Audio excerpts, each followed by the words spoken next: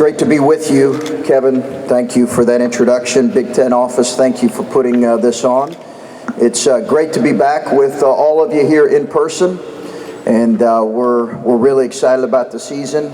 You guys contribute so much to our game, the popularity of our game, the energy around each individual game and each individual program. So even when you ask some of those questions I don't always love, it's great to have you guys here and back in person, hopefully for a full season. We're excited about our group and excited about, we've got very much a veteran group. I think our team will be led by guys like Kyle Young and E.J. Liddell and Justin Arns, who are all going into their third, fourth, or fifth season in our program. That continuity is really important. We have some other veteran guys who have had really good Big Ten seasons, like Justice Suing. You know, I think obviously there are some questions with losing our backcourt, and how will we respond to that? But I'm really excited about some of the potential answers we have in our backcourt there. It's a fun time of the year. It's a really fun time of the year with a lot of anticipation, a lot of excitement. You know, we put together the most challenging non-conference schedule that I've ever played, and I think those will present some real decisions for us here early in the season. It'll determine a lot for us in terms of how tough we are early in the season to manage some of the challenging games we have. But I'm excited about that. I love this league. The depth of the league, as we've mentioned a number of times, is really second to none, and I think that's been established.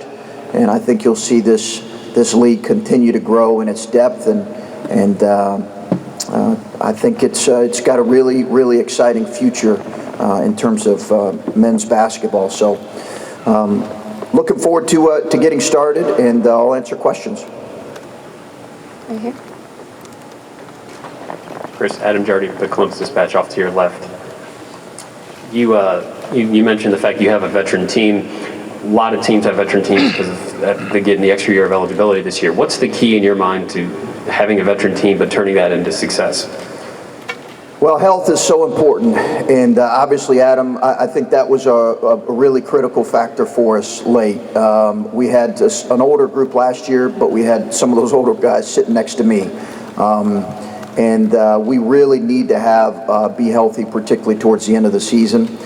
You know, a lot of coaches are going to talk about their depth and their experience up here as they come through here because of the super seniors and the addition of transfers.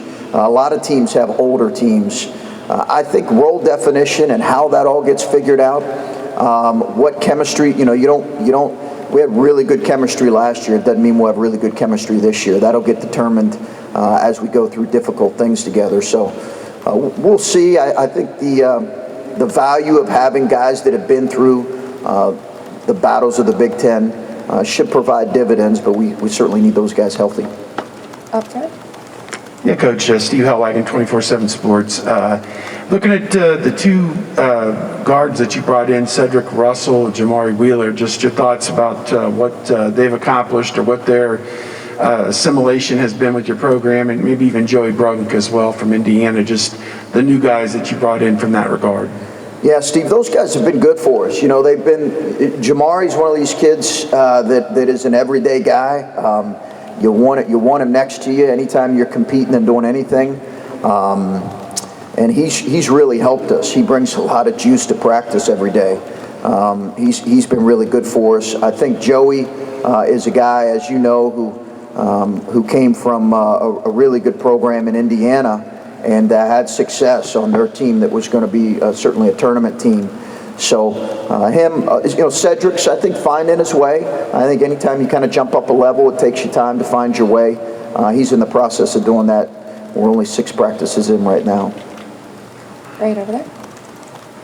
Hi, Coach. Brendan Gulick, Buckeyes Now and Sports Illustrated. I think there's this negative connotation around all of the challenges that COVID presented. But now that you've had a little opportunity to kind of reflect on everything you guys went through last year, how did the 2020-2021 season make you a better coach, and how did it make your program stronger? You know what I think it did as much as anything, Brendan, is it made you, as much as possible, be more aware of the overall health of your players, not just the physical health. So you could really see guys who were struggling with whatever it was.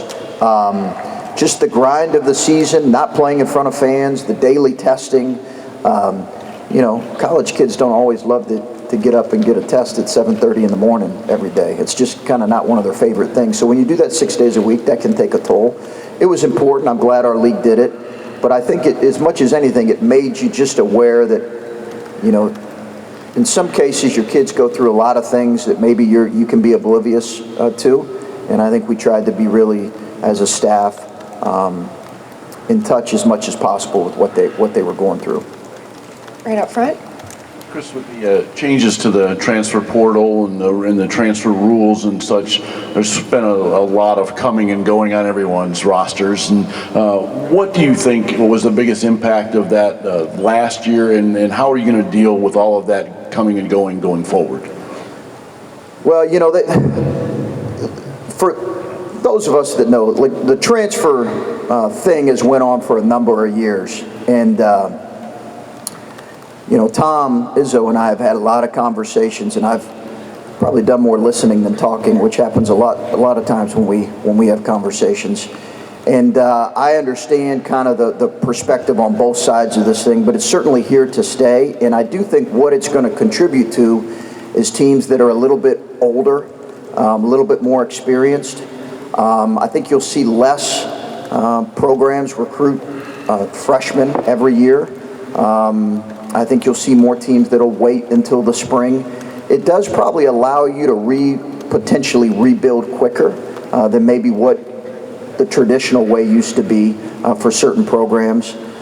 So I think all those things are benefits. You know, I think we've had a lot of success both at Butler and at Ohio State with important transfers. A kid like Keyshawn Woods, who came from Wake Forest, really helped us get to the tournament and win a game in year 2. We wouldn't have done it without him. So I think those guys are important, but they also have to be the right fit for your program. We have time for a few more questions up front. Hi, Chris. Patrick Murphy with 247 Sports. We talked over the summer about external expectations on your program. I'm just curious, now that you have gotten together with the guys and spent time around them as practices started, how you've seen this group come together, and you know, what kind of expectations you have for handling those expectations outside the program.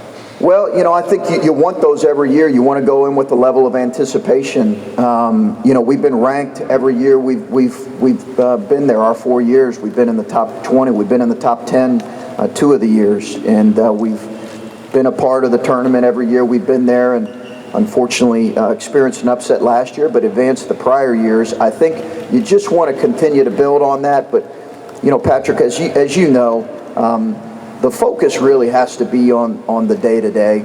And I think when you get outside of that, whether you're thinking individually, expectations, we have young men that are really good players that have some individual expectations. And that weight can be pretty heavy if you think about it too much. I think the challenge is really to stay in the moment, enjoy each day, and see where that takes us. I'm excited about this group, but we're not going to get outside of anything other than the day-to-day process. Our last question from the front corner. Chris, over here to your, I think it's your left. I don't know. It's my left. Yeah, that is my left. Jimmy Walker from the Omaha World Herald. You mentioned the benefits of the transfer portal, how it's helped you guys out. What about the challenges of turnover and the lack of continuity that it brings as well? Well, I think you're aware of that more now than ever. I don't know that it might change some of the dialogue and conversation you have throughout the season with players, with parents, with people around the young man. You know, back 10, 15 years ago, that didn't happen a whole lot. It's not going to change how you coach. It shouldn't change how you coach. But it is going to change, I think, the dialogue and the conversation that goes around on the front end and then throughout the process, just to make sure there's open lines of communication.